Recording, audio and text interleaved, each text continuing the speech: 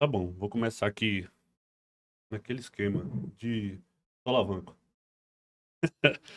3, 2, 1, então. Olá, seja muito bem-vindo a mais um episódio do nosso podcast Desobediência Digital. Hoje, para mim, um episódio muito especial.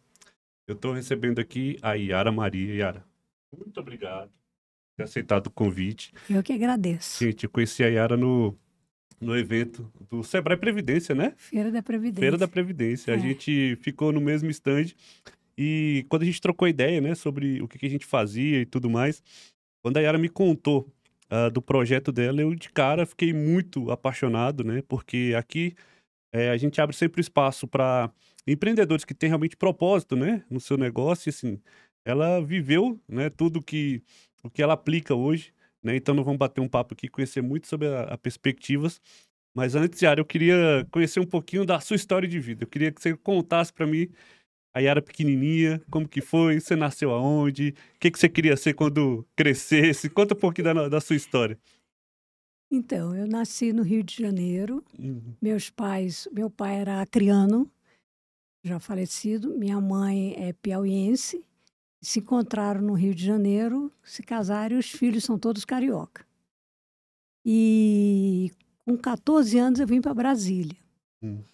Então, a minha vida, assim, na infância foi muito assim. Meu pai era multi-instrumentista, era compositor. Então, ele levava a gente para cantar nas festinhas de família. A gente tinha que cantar 10 músicas, então a gente ensaiava, fazia toda uma produção ali para se apresentar, né? Com as broncas dele, quando a gente errava, e os parabéns quando a gente acertava, né? E vim para cá, me formei em administração e comecei. A minha vida profissional foi em vários órgãos. Eu fui cedida para vários órgãos, mas aonde eu me encontrei foi no Serviço Público Federal, onde eu comecei a trabalhar na área de gestão de pessoas e essa área me encantou. Então, comecei a me capacitar e a atuar muito na área do desenvolvimento humano. E isso aí foi assim, onde a minha carreira mais foi promissora, foi exatamente nisso, nessa área. De desenvolvimento humano, gestão de pessoas. Gestão de pessoas. Que legal. E nesse período, assim, Yara, só para contextualizar, pessoal, a Yara tem hoje um programa que é muito legal, que, assim, ajuda muitas pessoas a fazer essa transição para aposentadoria. Nós vamos falar um pouquinho mais sobre isso. Mas dentro do serviço público, assim, como que você foi, enfim, tirando experiências, tirando insights ali? Em que momento você percebeu assim, eu vou passar por esse processo também de me aposentar, e dentro do serviço público você percebeu pessoas também passando por esse processo de transição, e ao longo da sua carreira você foi juntando alguns elementos, eu acredito, né, para você formar essa ideia. Como que isso tudo surgiu na sua cabeça? Como que esse mosaico aí se montou para você? Então, eu sempre gostei muito de trabalhar. Sim. Inclusive, eu nunca aceitei a pecha do funcionário público que não trabalha. Sim. Nunca aceitei. Quando falavam isso para mim, eu me revoltava e falava contra, porque eu sempre trabalhei muito. Sim. E eu conheço muito funcionário público, servidor público, que trabalha muito. Então, aí a gente tem, às vezes, que lidar com um orçamento pequeno para a gente fazer os treinamentos, as capacitações. A gente, às vezes, tem que abrir mão de algumas coisas para poder dar conta de todo o trabalho que é na área de gestão de pessoas, que é uma área muito sobrecarregada. Sim. De trabalho, né? E, assim, eu fui pegando muito conhecimento, adquirindo muito conhecimento, me capacitando, mas chega uma hora que a gente tem que parar, né? E eu falo muito uma coisa: a gente se prepara muito para entrar no emprego, sim, no serviço público, ou se prepara para algum processo seletivo, mas para a gente sair, a gente não se prepara. Então, eu fiquei a minha vida toda, eu já poderia ter me aposentado 8 anos antes do tempo que eu me aposentei, mas porque eu gostava muito de trabalhar e não via a minha vida como seria depois do trabalho. Eu achava, assim, que não ia ter utilidade, não ia ter, assim, não ia ser legal para mim me aposentar. Então, assim, eu fiquei trabalhando 8 anos a mais do tempo que eu precisava para me aposentar, né. E um belo dia, eu tive um problema, de saúde, na época da Covid, plena Covid, mas não foi Covid. Eu fui retirar um pólipo do colo do útero e por um erro médico eu tive o meu intestino perfurado. Caramba. E aí passei um problema muito sério de passar 30 dias internado no hospital, tive que fazer 2 cirurgias corretivas, tive problema pulmonar porque eu sou asmática. E aí fiquei por um fio entre a vida e a morte. Meu Deus. E ali naquele momento eu vi que eu precisava tomar uma atitude na vida. Não dava mais para eu ficar adiando o meu processo de aposentadoria. Mas, ao mesmo tempo, eu tinha muita angústia. Quando falava aposentadoria, para mim, eu pensava, meu Deus, eu vou abrir meus olhos na minha cama todos os dias de manhã e não ter para onde ir. O que eu vou fazer? Parece que perdeu a identidade, né? Parece que perdeu a identidade. A gente saía, acordava cedo, cuidava dos bichos, depois ia tomar meu café, me arrumava, ia para o trabalho, passava o dia no trabalho, almoçava por lá e só voltava no final da tarde. De repente, você abre o olho e não tem nada o que fazer. Aquilo ali me angustiou muito.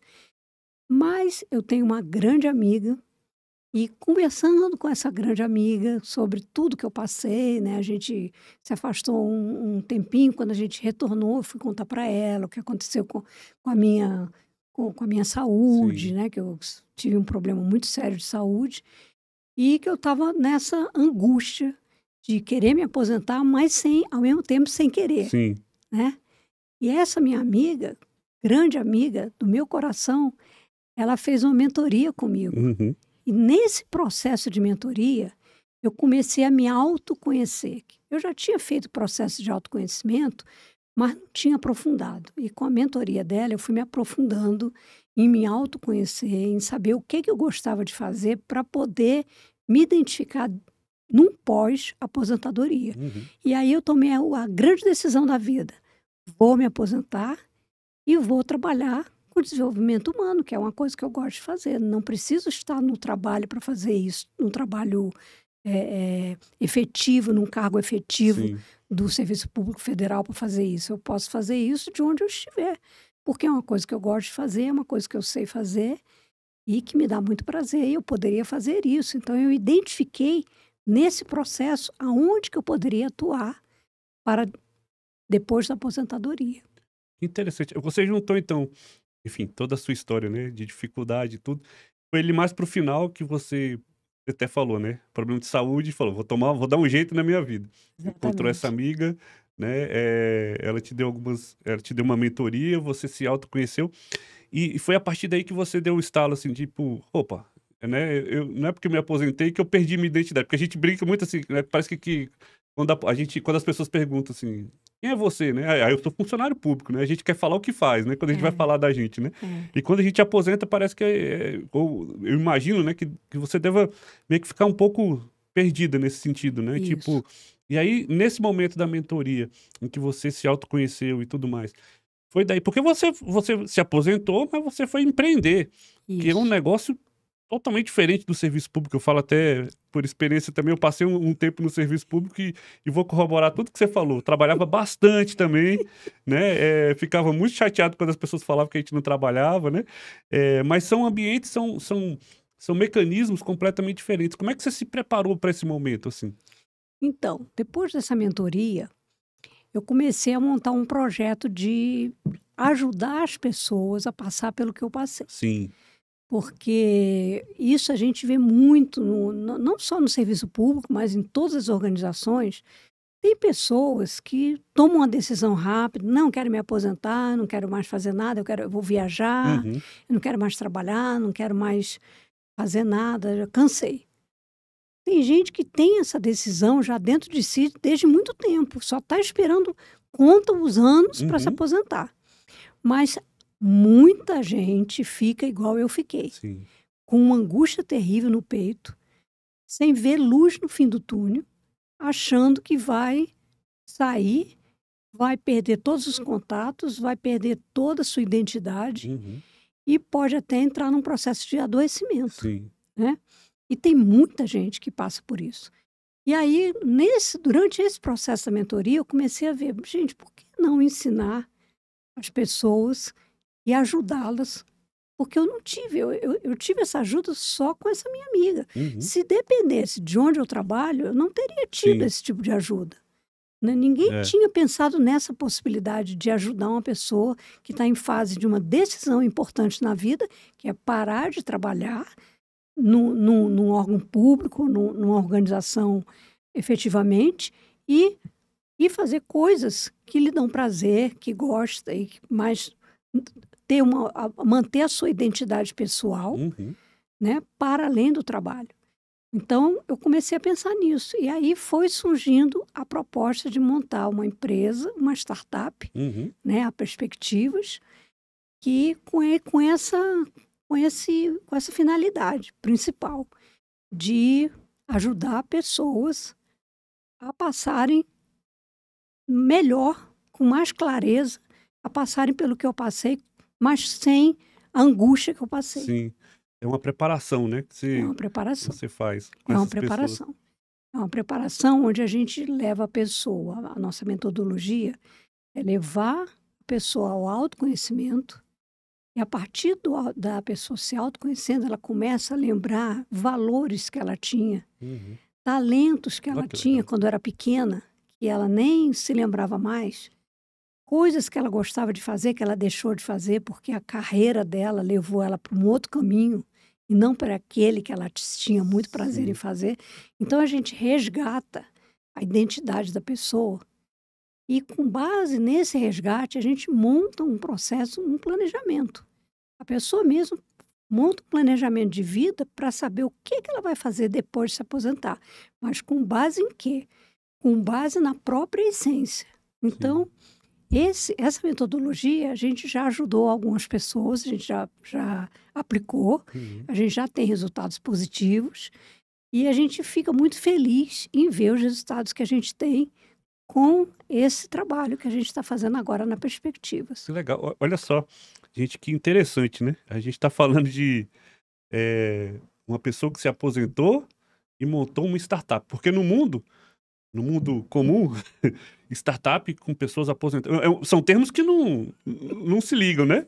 E eu acho muito interessante esse projeto justamente por isso, né, você é como se fosse algo muito disruptivo, né, que você viveu essa experiência, Isso. né, então assim, ninguém melhor que a própria pessoa, né, para validar tudo isso, né, e hoje É. você preparou então, todo um processo de preparação dessas pessoas. Yara, detalhe para nós esse processo, como é que a pessoa chega, como é que ela começa, enfim, eu acho muito legal porque você trouxe um elemento, e que eu também valorizo muito, que é a essência, né. E às vezes a gente, assim, eu fico imaginando, eu vou jogar aqui e você fica à vontade para dizer se tem a ver ou não, né, mas às vezes eu fico pensando, muitas pessoas elas, estão no serviço público às vezes, mas muito menos por uma questão de propósito, mais por uma questão de que, eu passei nesse concurso, eu vou até lá, mas ficam na cabeça assim: "Poxa, será que no dia que eu me aposentar eu ainda vou conseguir, né, fazer alguma coisa que eu amo e tal?". Então, assim, são várias as nuances, né, que pode levar uma pessoa a procurar o projeto de vocês. Eu soltei uma aqui que, de repente, essa questão da essência, mas pode ter diversas outras. Conta para nós um pouco mais aprofundadamente, assim, dos cases que você tem, das dificuldades que as pessoas tiveram que procuraram vocês para vocês ajudarem. Olha, nós temos vários cases de sucesso. Eh, Começando por mim mesmo, né? Sim.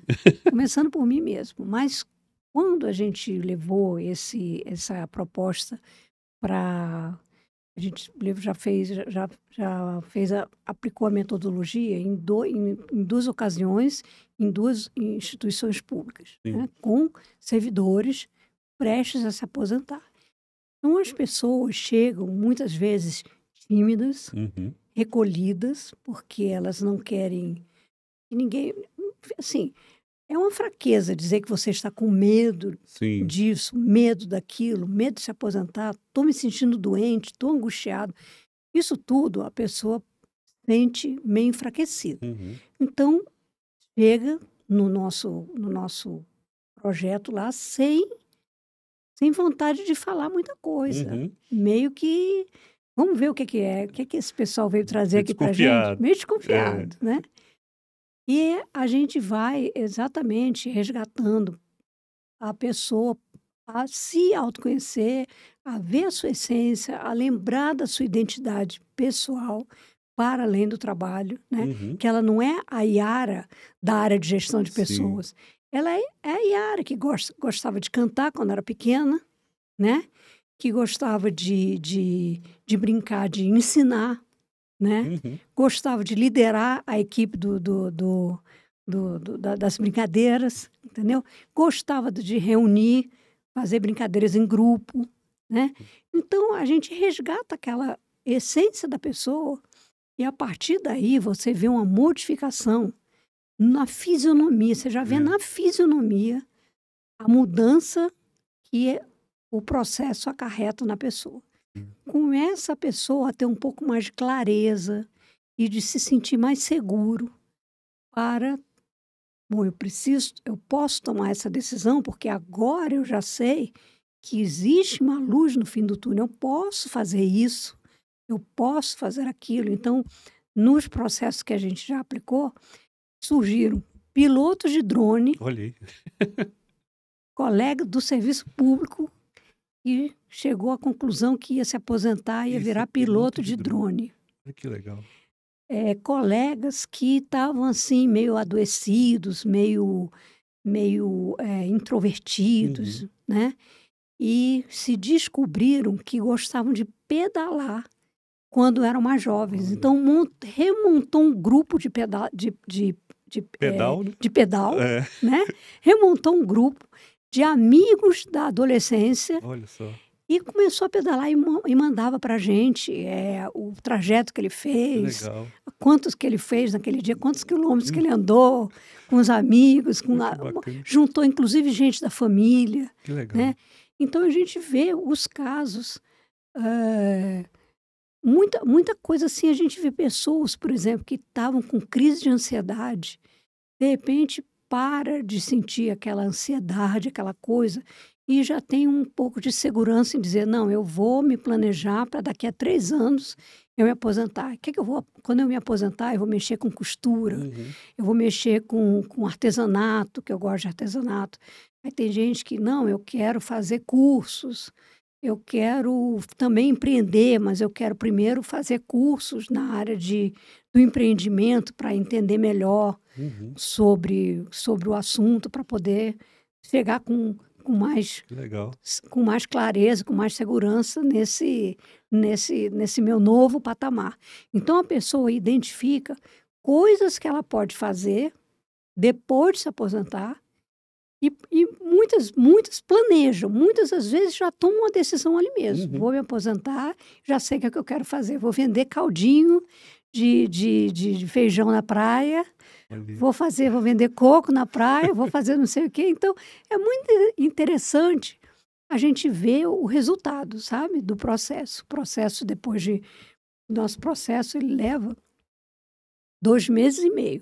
São 10 semanas que a gente faz toda a nossa mentoria e durante esse processo a gente vai vendo o crescimento da pessoa e as decisões, a segurança, né, das pessoas no final do processo. Que legal. Eu tenho um termo aqui, né, que você fala muito também, aposentadoria ativa, né? Então, eu não sei, eu fico pensando, eu olho para você e a gente conversando outro dia, que eu falo sempre que você é o exemplo vivo disso tudo, né? Você estava muito entusiasmado me falando, ó, eu voltei, tô na UNB fazendo música.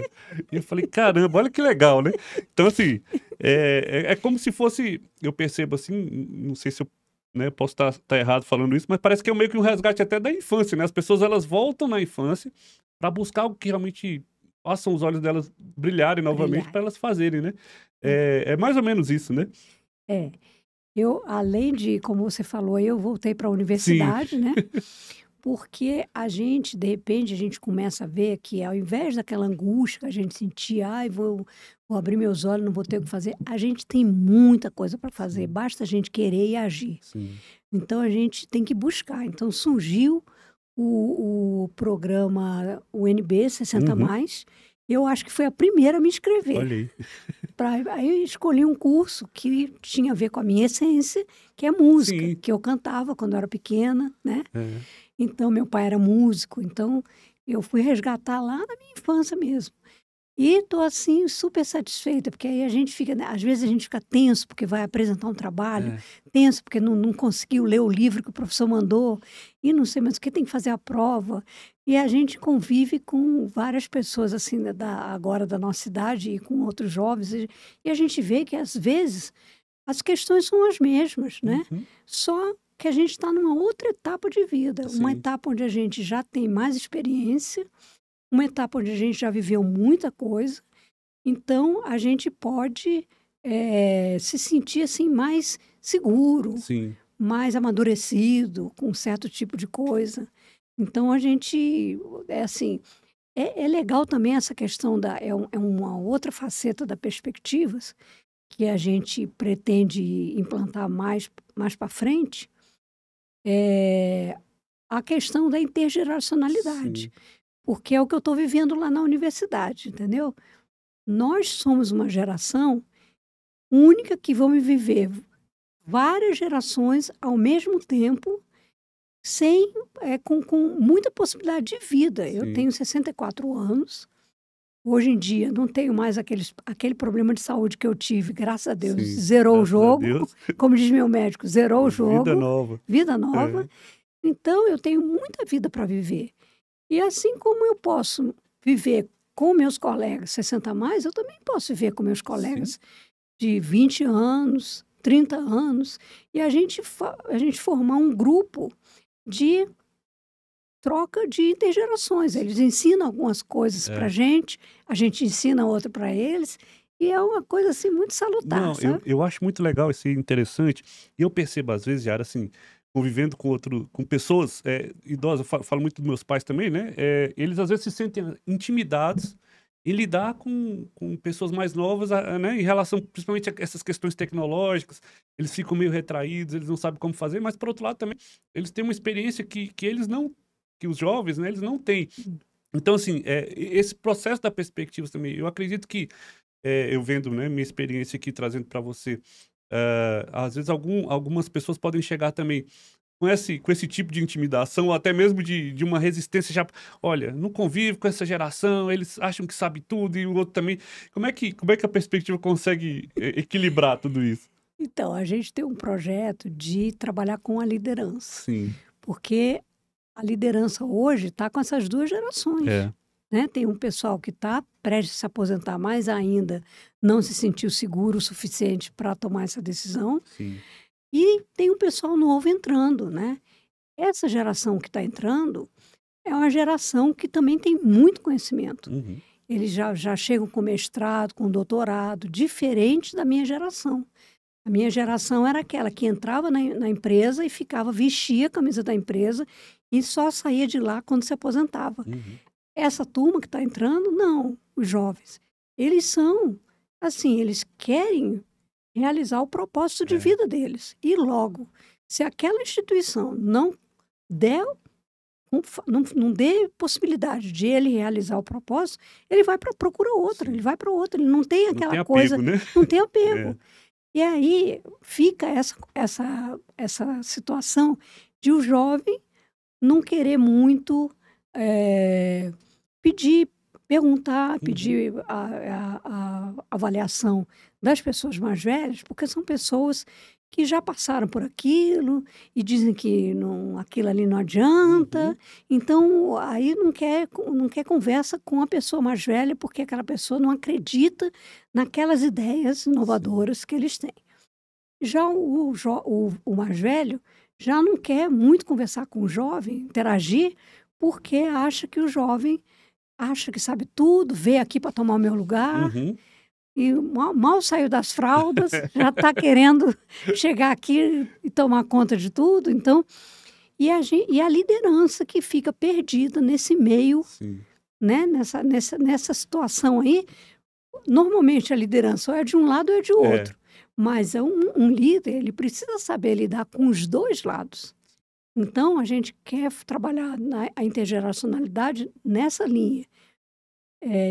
a liderança saber coordenar sua equipe e levar com que cada um dê o seu potencial, dê o seu melhor. Sim. Porque cada lado dando o seu melhor e interagindo, com certeza a coisa vai fluir muito melhor do que os lados se digladiando. Nesse conflito, né? Nesse conflito. Na verdade, assim, você falou uma coisa interessante do ponto de vista de gerações hoje, eu acho que esticou muito, né? Então, por exemplo, tem a parte do idoso, que assim, já está prestes a se aposentar. Não chama de idoso, né? Já está prestes a se aposentar, mas ele, de repente, tem uma barreira ali tecnológica, né? Tem aquele meio termo ali que viveu o mundo offline e que pegou o mundo online ainda muito jovem. Então, ele conseguiu viver nas duas gerações. Já tem aquele que é 100% digital, ele já chega, né, enfim, 100% digitalizado. E eu vou separar em 3, mas eu acredito que possa ter até mais, mas são 3 gerações ali que tem que conviver, né, dentro de um espaço, dentro de um ambiente, né?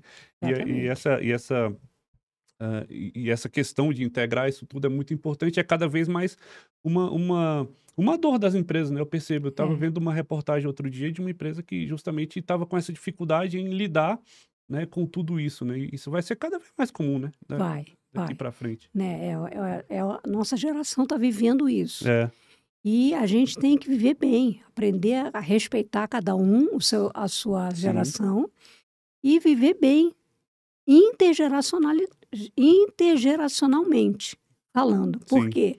Porque é uma realidade, não tem como a gente mudar isso, não tem como a gente se fechar em caixinha de jovem, idoso, a pessoa mais madura, a pessoa menos madura, o adolescente, a criança.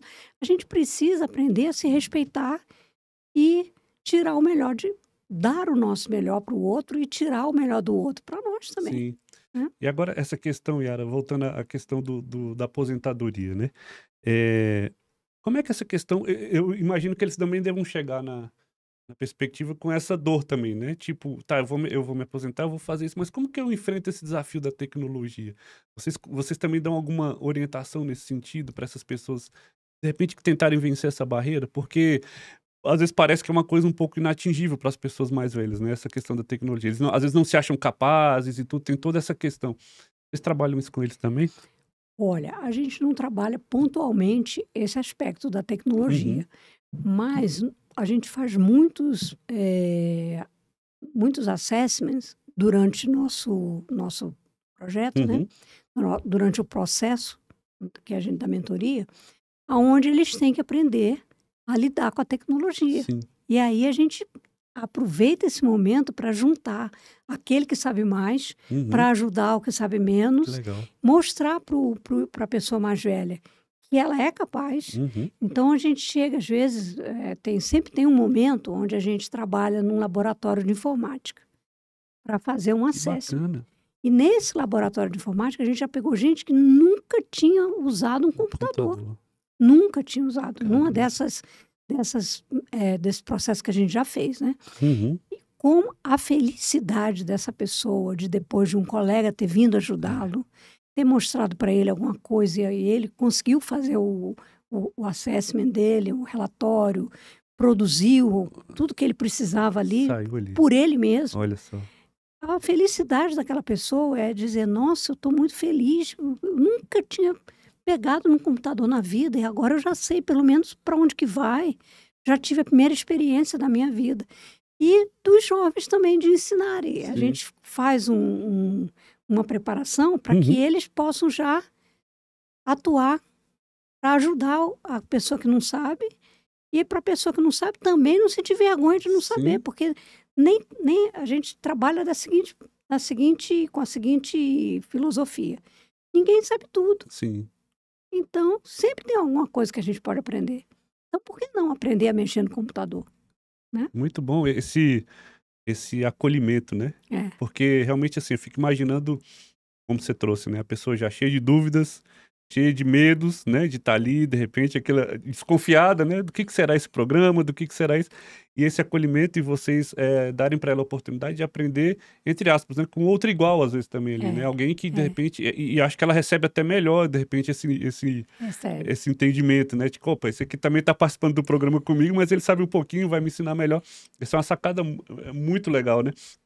E nesses momentos, né, eu acho que vocês devem perceber, assim, a transformação, porque eu imagino, para uma pessoa que nunca mexeu no computador, por exemplo, conseguir extrair dali alguma coisa por ela mesma, É, a sensação de autonomia que aquilo é, deve dar para é, ela, né. é. E às vezes a gente vê também que isso pode facilitar o convívio dele na família.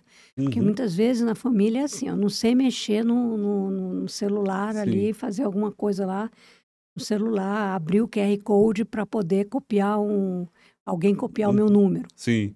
Eu aprendi isso Ó, recentemente. legal. Então eu não sei fazer aquilo. Aí eu vou pedir para o meu filho me ensinar, ele vai lá, pega o meu filho, meu sobrinho, ele pega meu celular e fala, não é assim, Uhum. faz e me entrega. Entrega pronto. Entrega pronto. Eu não aprendi, É. né?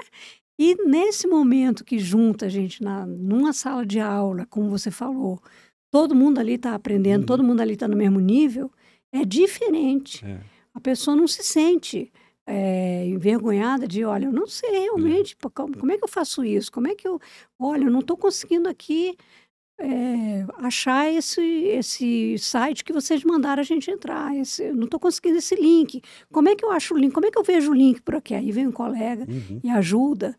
Fica uma coisa assim, bem natural É. e bem acolhedora, como Sim, você disse, é é. um É acolhimento, um acolhimento. né? Eu imagino que seja mesmo, porque é isso, né, essa dificuldade que as pessoas às vezes devem ter de expor ali suas fraquezas, suas É, vulnerabilidades ali, é, e chega é. ali e encontra esse momento, deve ser uma transformação gigantesca. Depois de 10 semanas, É uma transformação gigantesca. É uma o que que você transformação. mais ouve, assim, das pessoas que saem do Olha, a gente ouve dizer assim que não esperava que fosse tudo, que fosse se sentir tão bem, que fosse tudo aquilo. Que gostam muito da entrega, né? Uhum. Da gente, né? Da entrega que a gente faz além. A gente dá uma atenção, porque a gente monta um grupo de WhatsApp. Então, naquele grupo de Ah, WhatsApp, as dúvidas e as necessidades são todas ali colocadas. A gente dá o acesso a nós mesmos, né? Então, a nosso celular pessoal. Então, uhum. a pessoa se sente seguro e se sente assim, acolhido. E, assim, o que a gente mais ouve é dizer que surpreendeu, que foi além da expectativa, e foi muito bom se conhecer, Legal. foi muito bom fazer um tipo de um assessment que a gente faz, é o DISC, Hum, que faz o levantamento do perfil do perfil. comportamental, né. Então as pessoas ficam encantadas com o De se seu próprio descobrir, né. perfil comportamental É. e como elas podem lidar umas com as outras e por que que agora ela entende por que que o colega, muitas vezes, quer pegar o trabalho dele, ir lá para a mesinha dele, fazer sozinho aquele trabalhinho lá, não quer muita conversa com Uhum, ninguém. Já tem aquele outro que quer conversar com todo mundo e quer ouvir opinião antes uhum, de fazer o trabalho. Então eles começam a se olhar de uma forma, assim, mais, inteligível, né, uhum. por que que aquela pessoa é assim? Por que que eu me sinto assim com aquela pessoa? Assim, é libertador, É. o autoconhecimento é libertador, então eles se sentem, assim, muito felizes, muito livres, muito satisfeitos com eles mesmos de terem chegado ao final do processo. Que legal. E assim, isso deve abrir portas para eles, assim, eu fico olhando pela sua experiência quando você traz para mim, por exemplo, agora você está fazendo música, e aí você estava me contando: "Poxa, é um desafio, porque tem a parte prática, mas tem a teórica, eu tô atrasado, então eu tenho que correr atrás". Então quando você cada vez que você vai vencendo um desafio, né, era como se você dissesse para si mesmo, né: "Olha só, como eu sou capaz, né, de fazer". Exatamente. E essas pessoas, eu acredito que depois do programa, deve trazer também esses insights, né, sei lá, trazer alguma experiência: "Olha, por causa disso eu fiz isso e fiz aquilo, consegui vencer essa barreira", porque é aquilo, né, como você falou, perspectivas acho que é um nome perfeito, porque a pessoa às vezes ela quando tá prestes a se aposentar, ela fica sem, né, Sem tipo: "O "Que que eu vou perspectivas. fazer?". É, E de repente ela descobre um mundo ali que ela vai passar por situações que ela mesma vai descobrir, né, é, e que ela vai botar em prática e ela mesma vai começar a se colocar alguns desafios e vencer esses desafios, né, e evoluir. Acredito que isso traga muita, motivação para essas pessoas, é. né. Tem pessoas que montam projetos também de desenvolvimento humano, São pessoas que gostam de ensinar também, elas ficam super satisfeitas quando elas conseguem montar um processo delas mesmo, Uhum. ela liderando o próprio processo de ensino, aprendizagem, né? Uhum. Colegas que se sentem assim, como é que eu posso dizer assim, felizes em poder estar estudando, Uhum. voltar a estudar. Tem gente que, não, eu vou me aposentar e vou voltar a estudar. Então a pessoa se sente feliz Vai em poder recuperando projetos do passado, né? exatamente, recuperar coisas do passado. Pessoas que compreendem mais por que que é de um jeito do que de outro, Uhum. por que que é mais introspectiva, por que que é mais extrovertida, por que que, né? Sim. Então, às vezes, é assim, e isso numa equipe é muito legal, Uhum. esse tipo de trabalho numa equipe, porque as pessoas passam a se relacionar melhor, né? Com base no Sim, com autoconhecimento. base no autoconhecimento. É. E que peso você daria, assim, Yara, para essa questão, assim, da saúde física e mental? Todo mundo fala para as pessoas que estão prestes a se aposentar e depois que se aposentar, cuidarem desses dois elementos que são muito importantes na vida de qualquer pessoa, né? Mas na questão do aposentado, né? Como é que vocês orientam, como é que vocês procuram fazer com que eles também se atentem para esses dois aspectos importantes? É. A gente fala que a nossa filosofia da Perspectivas, né? Uhum. A aposentadoria não é o fim, Hum. é o começo de uma nova etapa de vida. Então, com base nessa filosofia, a gente mostra exatamente isso. E a pessoa, ela não pode se descuidar de nenhum, tem que ter um equilíbrio em Uhum. tudo. Então, até pouco tempo só se falava em exercício físico para as pessoas mais velhas, Uhum. para o envelhecimento saudável. Hoje já se fala na estimulação cognitiva. Sim. Então a gente dá exemplos de coisas que elas podem fazer, pequenas coisas para melhorar seus hábitos de vida em termos de exercício físico, alimentação Uhum. e estimulação cognitiva. Sim. E a gente dá um peso, eu considero que tem o mesmo peso, Aham. sabe? Porque não adianta a gente só fazer exercício físico, Sim, mas não trabalhar a com mente. Então, certeza. a leitura de um livro, quem gosta de ler, a Uhum. leitura de um livro, quem gosta de escrever, quem sabe fazer um diário, escrever, Uhum. né? A estimulação cognitiva por fazer coisas diferentes, por exemplo, tomar caminhos diferentes quando estiver dirigindo, para Legal. trabalhar partes diferentes do Sim. cérebro, né? Fazer coisas, aprender uma língua, Uhum. aprender música, aprender a tocar um instrumento. Legal. Tudo isso é desafio. E esses desafios, eles ajudam na estimulação cognitiva. Então, eu daria o mesmo peso, tanto do exercício físico para o exercício mental, de estimulação cognitiva. Tem coisas, Yara, que se você soubesse antes, né, você criou uma ideia que ajuda a preparar. Você passou sentindo um pouco de dor, né, nesse processo, e daí Isso. surgiu a sua ideia. Mas para aquelas pessoas que estão assistindo a gente aqui, sei lá, que conselho você poderia dar para que ela faça uma transição para esse novo momento de uma maneira mais, de uma maneira menos dolorida, assim?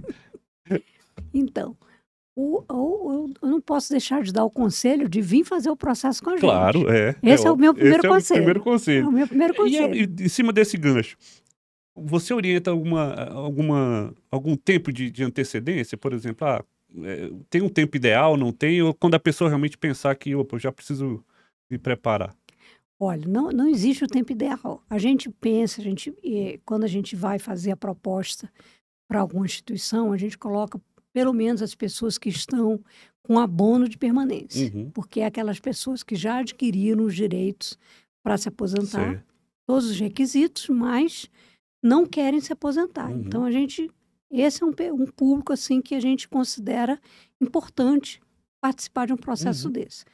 Mas pode ser para qualquer idade, pode ser para uma pessoa jovem que acabou de entrar, que eu acho que esse seria o ideal, Uhum. é a pessoa se preparar para entrar, se preparar para se manter dentro com os Uhum. cursos de capacitação e de desenvolvimento humano, e também se preparar para sair. Isso não tem idade. Exato. Pode ser com 10 anos de antecedência, pode ser com 3 anos de antecedência. A gente, nas turmas, a gente às vezes pega, a maioria das pessoas que a gente pega já são pessoas que já têm esse abono de permanência, já está prestes, já poderia se aposentar e está ali se segurando. Sim. Mas a gente também pega jovens que se interessaram pelo assunto. Poxa, por que não me preparar para a minha aposentadoria com 10 anos de antecedência? Né? Sim. Então, não existe uma idade. O conselho que eu dou é sempre esse.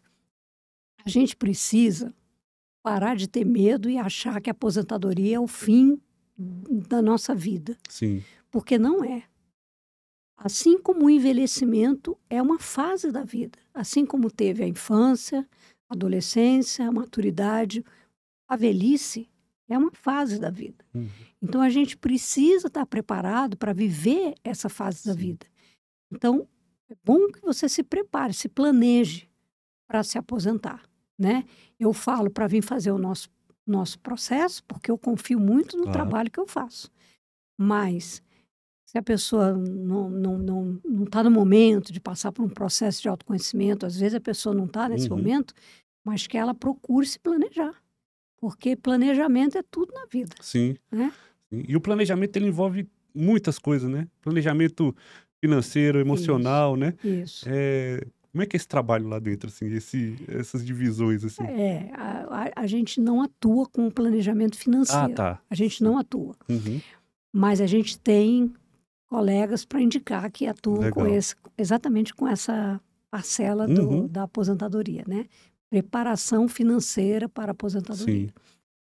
Mas a gente acha que é importante o planejamento porque tudo na vida... Como é que você se planejou para entrar no trabalho? Você estudou, né?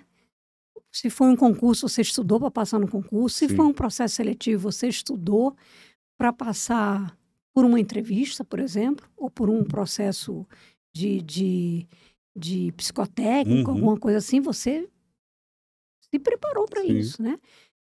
É um planejamento. É um planejamento. Então, para você sair, você também tem que se preparar, tem que se planejar, né? Então, o planejamento, a pessoa tem que se preparar financeiramente, com certeza, para se aposentar, mas um grande preparo é o emocional. Sim. O preparo emocional é muito grande, porque não adianta a gente estar com a vida financeira toda organizadinha e a gente estar com aquela angústia que eu sentia de saber que quando eu abrir meu olho na cama, o que eu vou fazer? Vou ficar parada, o que eu vou fazer? Vou entrar em depressão. Então, essa é como se a gente caísse num buraco negro. Sim. Esse buraco negro que a gente cai, ele adoece a gente. Então, esse processo emocional, a gente precisa ter ele trabalhado para a gente poder tomar uma decisão de parar de trabalhar. Sim. O parar de trabalhar, você falou no começo que muita gente pensa assim, eu vou parar mesmo e acabou, não vou fazer nada. Já teve caso de pessoas que procuraram vocês que, tipo, eu me aposentei para não fazer nada, mas não aguentei. Já. Como que foi esse processo? Assim, Já. o que essa pessoa trouxe de... Olha, já perguntaram para a gente assim, o processo de vocês, ele é só para quem está na fase da pré-aposentadoria? Ou pode ser uma pessoa que já se aposentou e já curtiu um pouquinho a vida e agora não sabe o que é que vai fazer? Então, nosso processo abarca essas pessoas também, tá? Então, são os pré-aposentados, são os recém-aposentados e são as pessoas que se interessam pelo tema, independentemente do tempo que ela tem para se aposentar. Maravilha. E aí são dores completamente diferentes, eu imagino, né? Às vezes não, né? Mas assim, eu fico pensando porque eu já vi casos assim de pessoas que se aposentaram e passou um tempo, falou, meu Deus, eu não aguento mais. Eu achei que eu ia aguentar ficar sem fazer nada, mas eu não aguento mais. Né? E aí, esse apoio também é importante, né? Para esse público, né? Que já se aposentou. A gente tem um filme que a gente gosta muito de mostrar, é A Poltrona. A poltrona, que é a pessoa que se aposenta para ficar na poltrona. E, quer dizer, o próprio filme mostra o adoecimento e o declínio da Uhum. pessoa que era super ativa e de repente parou para não fazer nada. Então, eu acho que pode até ter pessoas que gostam de não fazer nada, Uhum. né? Mas fatalmente essa pessoa vai achar alguma coisinha para fazer. Ou ela vai cuidar do neto, É. ou ela vai participar de algum projeto da igreja. E no fundo ela acaba fazendo alguma coisa que ela nem percebe que ela está atuando, Uhum. né? Está envelhecendo, mas está tendo um envelhecimento ativo. Sim. E ela diz: "Eu me aposentei para não fazer nada". Para não fazer nada em questão de trabalho, Sim. mas Tem acha outras sempre alguma atividades. coisa para fazer, É. sempre acha. Não, muito bom. Yara, olhando assim, a gente batendo um papo, eu queria que você falasse assim, eu percebo muita energia no seu olhar e na sua fala em relação a esse projeto, né, da Perspectivas. O tanto que isso está conectado com o teu propósito, assim, conta para mim o tanto de que isso te dá uma satisfação pessoal, assim, você consegue descrever? Olha, é difícil de descrever, sabe, mas é assim, quando a gente vê a pessoa passar pelo que a gente passou, e a gente olha na fisionomia da pessoa, aquela aquele aquela aquela dor, né, Hum. aquela aquela aquele sentimento negativo, Uhum. né, e quando a pessoa sai do processo e sai com aquele todo sorridente, feliz, disposto, com planejamento para a sua própria vida, para levar para mudar na hora que ela quiser, um planejamento flexível, mas que ela saia com Uhum. planejamento, né. Quando a gente vê isso, a gente vê, assim, que é tão gratificante você ajudar as pessoas e principalmente a sair de uma dor que você já teve, Sim. né. E é uma dor muito angustiante. É. Às vezes as pessoas ficam fazendo gozação, assim, Uhum. dizendo assim para a pessoa que está para se aposentar: "Ah, você não larga o osso, Uhum. você não quer se aposentar não, você nunca vai se É. aposentar, você não consegue sair daqui, você". Mas às vezes aquilo ali é a única identidade que a pessoa É. tem. Ela dentro da família dela, ela já está deslocada. Uhum. Ela é aquela pessoa que sai todo dia de casa. Então ela não consegue se ver novamente convivendo com a família e sem se sentir um inútil. Uhum. Então é muito angustiante. É É. uma coisa assim muito, muito potente, Uhum. é uma dor muito potente. Então, quando a gente vê que aquela pessoa ali ultrapassou isso e está sorridente, feliz, sabendo o que vai fazer da vida, depois de se aposentar, muitos tomam a decisão ali na hora: "Eu vou me aposentar daqui a 3 anos, vou me Sim. aposentar, eu agora já vou me aposentar". Então, isso aí é assim, é um é um propósito é como quase todo propósito de vida, como é que a gente se sente? A gente se sente realizado, Realizado. É. né. Então é assim que eu me sinto quando eu vejo as fisionomias, os É comentários, a né, transformação, né, a que acontece. transformação Interessante. de uma coisa negativa para uma Uhum. coisa positiva, e eu fico muito feliz, eu me sinto realizada. Ai, que maravilha, muito bom.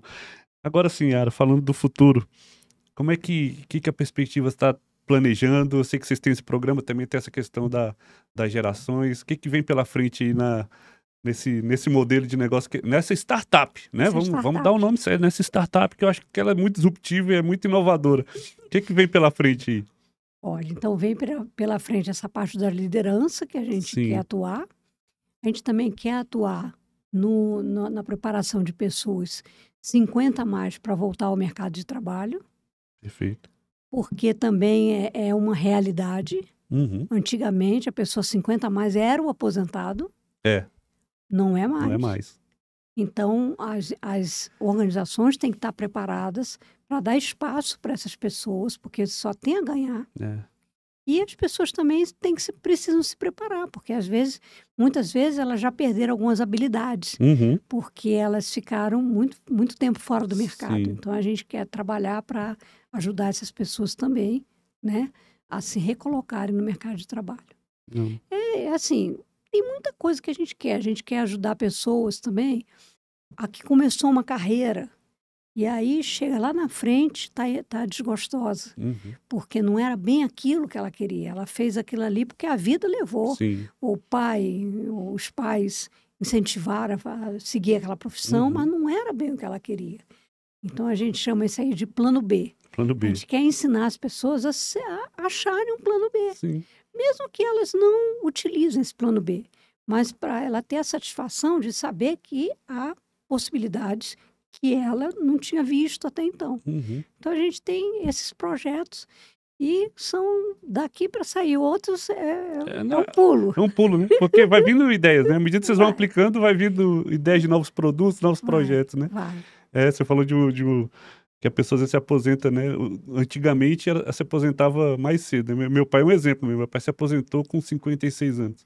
E desde então nunca mais fez. Hoje ele tá com 84. Ele, desde então, nunca mais fez alguma coisa ali, outra pontual, mas assim, ele não. Então, hoje as pessoas não se aposentam mais com 56 mesmo, né?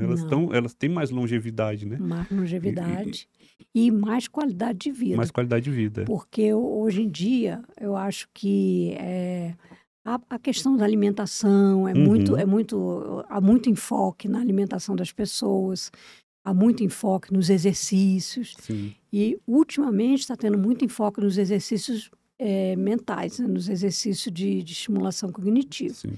Então, a tendência é que essas pessoas vão ter mais idade, com mais qualidade de vida, e, por isso, elas são ativas ainda. Muitas são ativas. Então, elas têm que se encontrar. Porque senão fica perdida aí nesse meio do caminho aí, não parou de trabalhar, mas ainda quer fazer alguma coisa, não sabe o quê. Né? Massa demais. Eu adoro esse projeto. Yara, que tipo de legado que você queria deixar assim para o mundo, assim, com essa tua ideia, com esse teu negócio? Eu vejo você uma energia muito, muito poderosa, assim, no sentido de mostrar para essas pessoas que também elas são capazes, mesmo depois de uma determinada fase da vida, que elas são capazes de encontrar outros caminhos, né? Não sei se isso faz parte, enfim, o que você gostaria de deixar de legado com a perspectiva? Olha, o legado é uma coisa assim, de visionário, né? Então, é difícil da gente, quando a gente está atuando, às vezes, na nossa profissão, é difícil a gente deixar um legado, porque quando a gente é visionário, às vezes a gente tem muita dificuldade de fazer com que as pessoas entendam o potencial de onde a gente pode chegar como instituição. Eu passei muito por isso nas instituições onde eu trabalhei. Sim. Eu enxergava lá na frente. Você fica limitado. Eu ficava angustiada para fazer com que as pessoas entendessem aonde a gente podia chegar, mas as pessoas queriam passar por uma coisa mais lenta e aí eu passava como um pouco assim de uma pessoa meio maluca que queria demais, entendeu? Então, o meu legado é um querer demais. É um querer demais. É querer que nunca mais as pessoas fiquem angustiadas para tomar uma decisão na vida de parar de trabalhar. Esse é o legado que eu quero deixar. Porque depois que eu aprendi que existe luz no fim do túnel, eu quero que as pessoas tenham essa segurança, sabe? Isso aí é muito bom para a gente, é muito reforça. Por isso que você diz que eu falo com brilho nos olhos e tudo, porque isso aí reforça a nossa força, o nosso potencial, as possibilidades aonde a gente pode chegar. Então, esse é o legado que eu gostaria de deixar, com que nunca mais ninguém sinta angústia quando pensa em se aposentar. Que bonito, isso é muito legal. E uma mensagem final que você gostaria de deixar para essas pessoas que estão assistindo a gente, que de repente pensaram, né? Poxa, eu acho que é um caminho. Que mensagem você poderia deixar para elas, assim, até com base em tudo que você viveu e vive até hoje esplendidamente, assim? Gente, o envelhecimento saudável é uma coisa muito fácil de se conseguir. A gente precisa focar no que a gente quer, a gente precisa respeitar os nossos limites e a gente precisa estar ativo. eu não consigo ver o envelhecimento saudável sem atividade, mesmo que não seja no trabalho, mas que a pessoa faça alguma coisa que ela goste de fazer, né? Então, o conselho que eu tenho para dar seria esse, é uma mensagem final. Tome uma atitude. Não fique esperando a vida passar por você. Porque enquanto a gente fica esperando a vida passar, a gente vai envelhecendo e às vezes a gente perde em saúde. E se a gente tomar uma atitude, não, vou me cuidar agora, vou voltar para o exercício físico, vou começar a fazer exercício cognitivo, vou ter uma alimentação melhor, vou pensar mais positivamente do que negativamente, vou acreditar que eu sou capaz. Quando ela começa a pensar dessa forma, ela começa a ter umas atitudes mais condizentes com o estado de espírito positivo. Então, essa é a minha mensagem final, seria essa. Ai, que bacana. Eu fico pensando também, Yara, falando um pouco mais, né? De pessoas, de repente, que não recebem o estímulo da família, né? Porque, assim, à medida que a pessoa ela vai para a aposentadoria, era como se a própria família, inconscientemente, começasse a desencorajar essas pessoas a procurarem. Não, você não precisa mais fazer isso, não. Você já trabalhou demais, você já está, né? Existem casos, assim, de pessoas que chegam e assim, até que estão assistindo a gente também em cima dessa mensagem final, né? Se você não tem o estímulo da família, tem que ser por você, né? De alguma maneira. Você primeiro tem que ter o seu próprio estímulo. Porque a família, ela já se acostumou também àquela sua vida de estar ali trabalhando. E quando você não trabalhar, não parar de trabalhar, a família não está mais acostumada com você dentro de casa. Então, pode gerar conflitos, Sim. né? E, normalmente, os jovens, hoje em dia, que estiverem convivendo com as pessoas mais velhas, elas vão começar a ver que é uma convivência salutar, uma convivência agradável, uma convivência possível. E acredito que isso possa fazer, por exemplo, um NB 60+. Eu convivendo com vários jovens lá e vendo como eu trabalho, como é que eu faço como é que eu funciono dentro de uma universidade, né? Tem os mesmos problemas que eles, as mesmas sensações de ser aluno, né? Então, eu acho que a partir do ponto que isso começar a acontecer mais, dentro da família vai ter uma melhor aceitação a pessoa, né, no seu envelhecimento, né? Sim. Porque é como você falou, a gente tem pessoas, por exemplo, esse relato que eu falei da pessoa que passou a pedalar, ela era uma pessoa que não queria se aposentar porque nos fins de semana ela era muito isolada pela família, né? Isolada. Então, se ela parasse de trabalhar, ela ia se sentir isolada, sem utilidade, com descrédito, a família não dava mais atenção às coisas que ele falava e tudo. O que ele fez? Ele agiu. Ele tomou atitude para ele. Ele arrumou uma coisa que ele gostava de fazer, que tinha a ver com a essência dele, e tomou atitude de fazer, que foi pedalar. Então, a própria família já vai olhar ele com outros olhos, né? Uma pessoa que tomou uma atitude, não ficou ali naquela vida sendo colocado de escanteio, né? Não, ela foi buscar alguma coisa que ela gostava. Isso aí demonstra o quê? Demonstra que a pessoa é corajosa, que a pessoa sabe do seu potencial, que a pessoa confia em si mesma, né? Então, eu acho que essa atitude, né? Tomar uma atitude positiva, agir, não só ficar pensando ou entristecido, não, né? Tomar uma atitude faz toda a diferença na vida da pessoa, dentro e fora da família, porque com certeza os amigos estão adorando essa companhia, né? De várias pessoas pedalando, fazendo desafios, onde é que nós vamos agora, quantos quilômetros a gente vai andar, legal, né? E muda a perspectiva até da família em relação a ela, né? Como você disse. Muda. Muito legal. Muda. Yara, muito obrigado. Eu estou muito feliz de ter te recebido aqui, de ter ouvido tanto, de ter aprendido tanto. Eu torço demais, assim, para que esse projeto prospere muito, porque eu acho que tem muita gente que precisa realmente passar por isso, entender esse procedimento, entender tudo isso, né? É um caminho que você traz muita luz para essas pessoas que estão passando por essa transição, né? Que muitas vezes ela não tem essa perspectiva mesmo, né? Como o próprio nome diz. O que que eu vou fazer agora? O que que será da minha vida agora? Eu perdi minha identidade, né? Perdi... Meu trabalho era como eu era conhecido, né? E agora eu não tenho mais uma perspectiva, né?